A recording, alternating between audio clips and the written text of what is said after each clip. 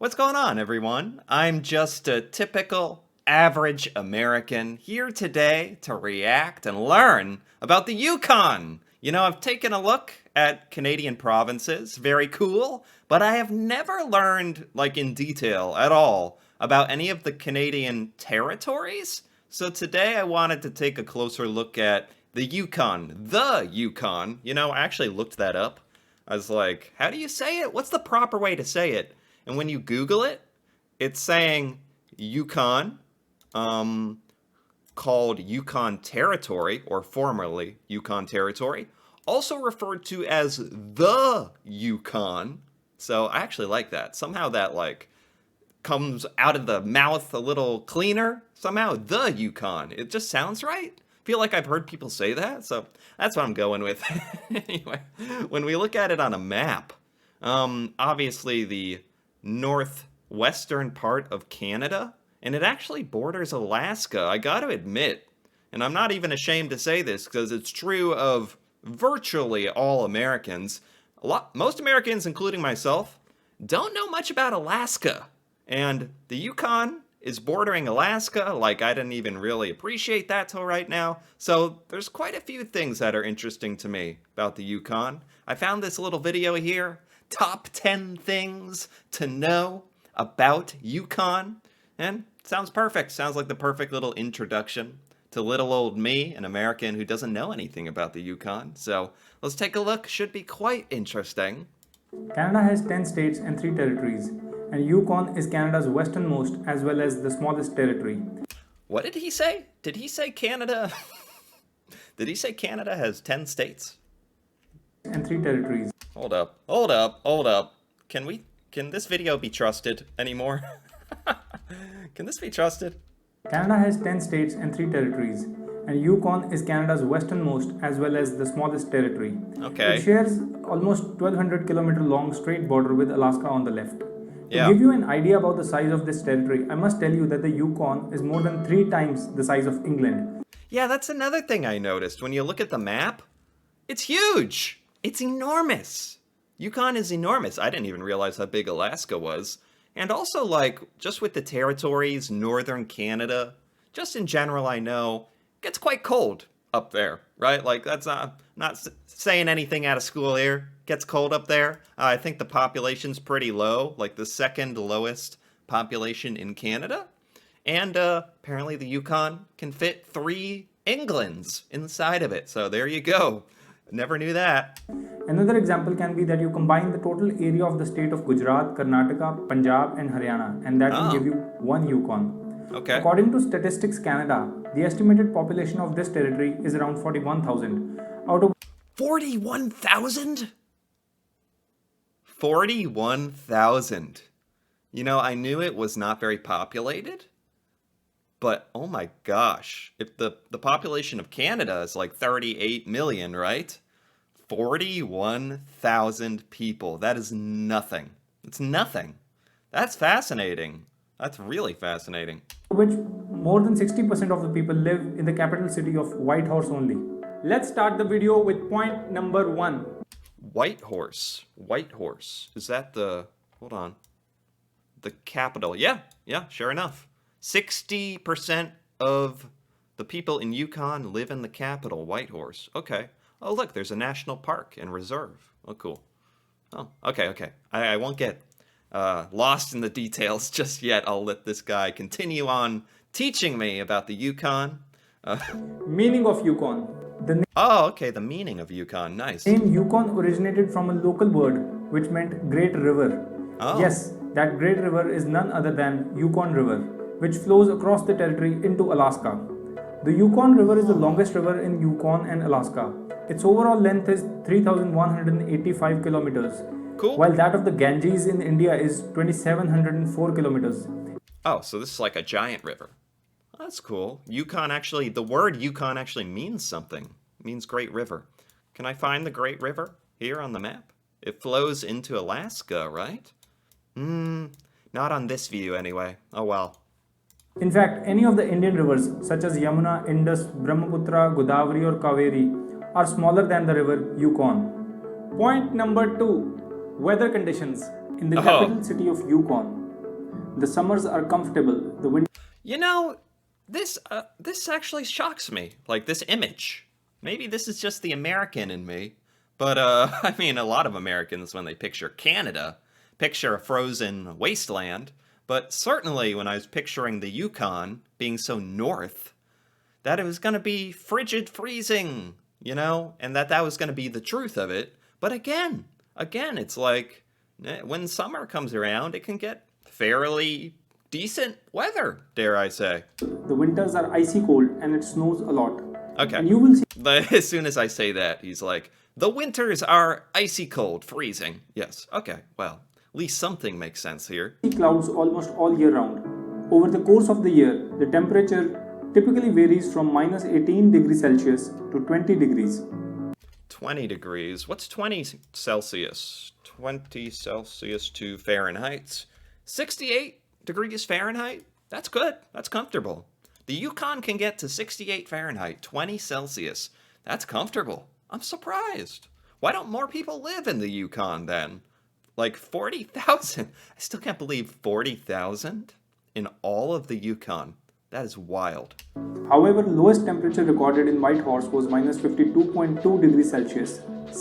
Minus 52? Did he say minus 52? Did I hear that correctly? Minus 52 Celsius to, I'm a little scared, to Fahrenheit. Negative 60. Okay, I'm starting to get it. Set on January 31st, 1947. Okay. The record high temperature in Whitehorse was 34.4 degrees Celsius, set on June 14, 1969. Okay. Weather in the Yukon is dry. Winters might be a little bit cold, but they are not as harsh as they would be in the wet areas. On the other hand, in summers, the sun barely sets and people are full of life. If you are a tourist, the best time of the year to visit the Whitehorse for outdoor tourist activities is from late June to early August. Okay, so there's like a best time to visit if you're a little tourist like me and you can't handle the cold. He's talking to me. The best time is to visit in the summer. Whitehorse is here. It is like the very, very, very south in Yukon, which is kind of like very fortunate because it can get like those warmer temperatures. I think that's what it is. Do you know that people in Yukon love winters? And to tell you why, I come to my next point, which is Northern Lights. The Arctic Circle crosses through the Yukon, meaning the Yukon is a fantastic place to spot the Northern Lights in the winter months. Wow. You can see this spectacular phenomena in Whitehorse itself. The best time is usually around Oh, you can see it in the capital city. That's far enough north in Whitehorse. You can see the Northern Lights in Yukon. Can you see it in the other territories? I mean, either way, this is like awesome. And honestly, in and of itself is a great reason to visit, to be honest. around midnight between late August and April. If you happen to Okay. be planning to see the Northern Lights in Yukon, take help of this forecasting website. Point number 4. Fireweed. You might be Fire- thinking, what's a fireweed? Yeah. Friends, this is the It sounds like a made-up, fictional plant from, Lord of the Rings or something. official flower of the Yukon. Oh, it's the official flower of the Yukon. Excuse me. You might be thinking, what's a fireweed? Friends, this is the official flower of the Yukon.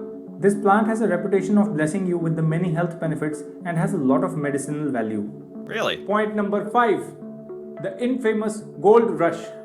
My dear friends, prospectors are the people who search for minerals by digging and excavating. In 1896, prospectors found gold near Dawson City in Yukon. When news started to spread, more than 100,000 prospectors went there in search for gold. Huh. We learned about the gold rush a little bit. Man, a little bit. Or maybe a lot, and I just wasn't paying attention. In my American education, when I was very young, there was an American gold rush for sure. So this is so familiar of a concept to me. I didn't know that it happened in the Yukon, though. It's pretty interesting. This event became known as the Klondike Gold Rush. As a consequence, Dawson City's population suddenly increased from 200 to around 40,000. Point number 6. Yeah. Whitehorse. Whitehorse is the largest city in northern Canada. And Okay, I'm sorry. I gotta know. What's the population of Yukon? I'm getting mixed signals here. Okay, 43,000. Okay, because he was saying Dawson had 40,000 people during the gold rush. I was like, okay, is everyone in Dawson? but that was in the 1900s or something. It is indeed the population of the Yukon in 2022 was 43,000 people. Wow. Okay. and also the Okay, back to learning about the capital, Whitehorse. Okay. city in northern Canada, and also the capital of Yukon. The name Whitehorse came from the foam like top white part of the fast flowing and turbulent part of the Whitehorse River, Huh. which looked like the long flowing hair of white Ah. horses. Whitehorse, Oh, I like that. I like when stuff like that is named after something very tangible, and in this case, kind of beautiful, right? Whitehorse, actually, because of rapids that remind you of a white horse. That's nice. That's nice. capital city, has all the conveniences of a larger city despite its small population. Yeah. Immigration today is mainly to the capital city of the Whitehorse. The I mean, I honestly have always thought having a smaller population as a place to live is it's nice. It's nice. Like you can be more of a community in a way. Like the fact I say this in general about Canada sometimes where I'm like, it's nice Canada has 38 million people. That's a ton of people. That's a lot of people.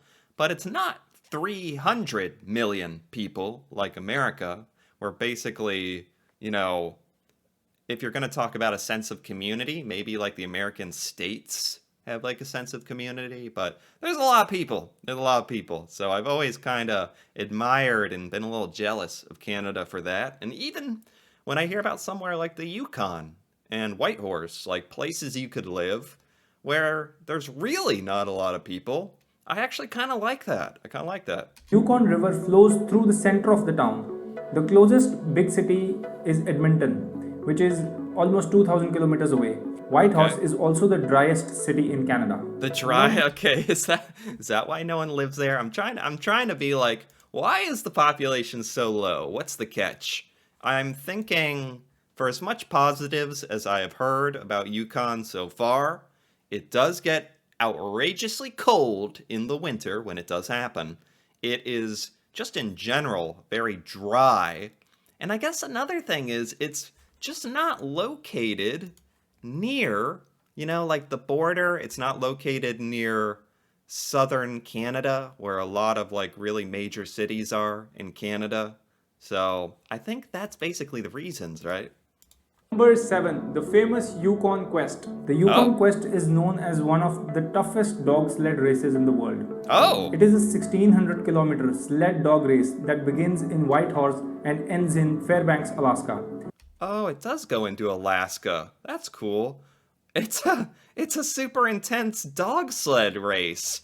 Wow, I mean, yeah, if there's somewhere you're going to hold that kind of thing, this is what people think about when they in America, when they think of Canada. They just think you got this stuff going on everywhere. But I finally found where it really is. It's in the Yukon. Okay. The event takes place every winter in February and usually runs for 10 to 16 days until the last team crosses the finish line. Cool. Do you know where the highest mountain of Canada is located? No. Yes, that brings us to the next point. Mount Logan is the highest mountain in Canada and Really? the second highest peak in North America after Really? Wait. Denali. It has an elevation of 5,959 meters. I had no idea. You'd think it's the second highest mountain in North America? And it's located in the Yukon. I honestly thought he said Mount Logan, right? I would have thought this is something I would have heard of before. Huh. Well, I'm glad I know now. Okay. It has an elevation of 5,959 meters, which is almost 63% of the height of Mount Everest. Yeah. Point number 9, economy. The Yukon Territory's economy is taken over by the mining of lead, zinc, copper, and gold. The Oh. biggest employer in the territory is the government, due to which the job market is relatively secure. Because of Okay. the fact that Yukon is sheer nature and beauty, tourism plays an important part of the economy.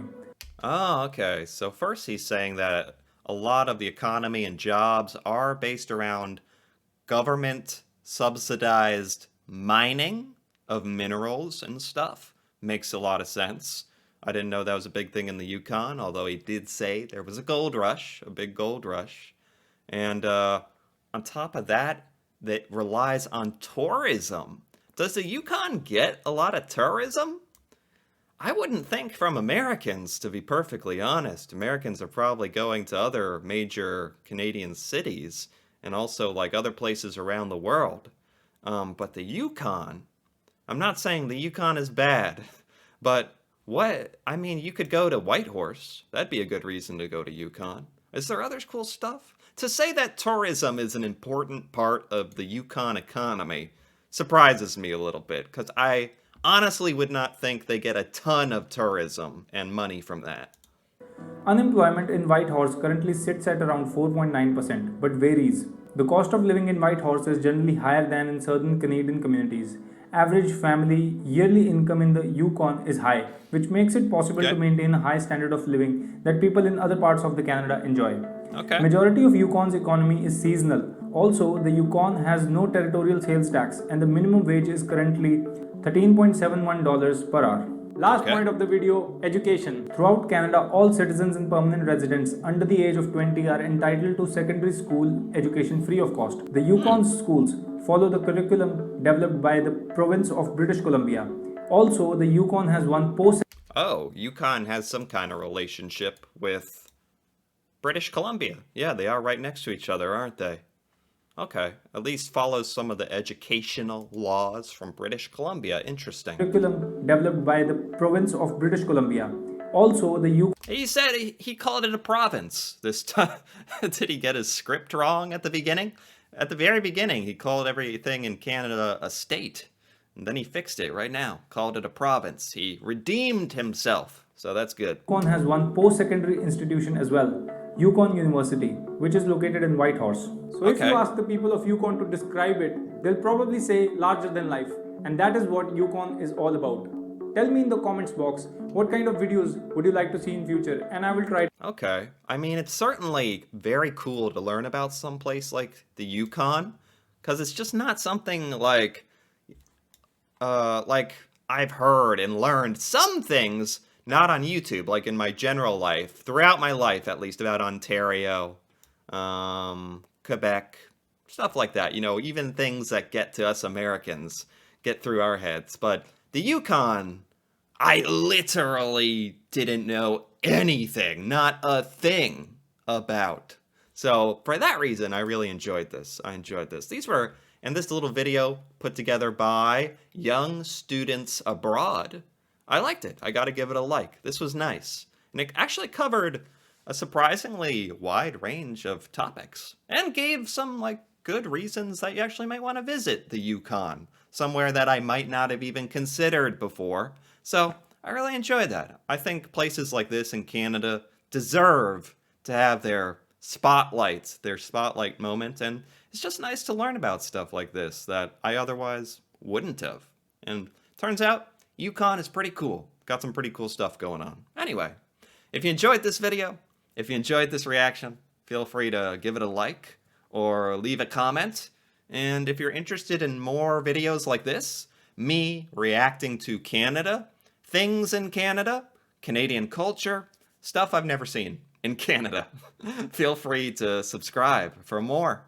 And until then, thanks for watching and see you next time.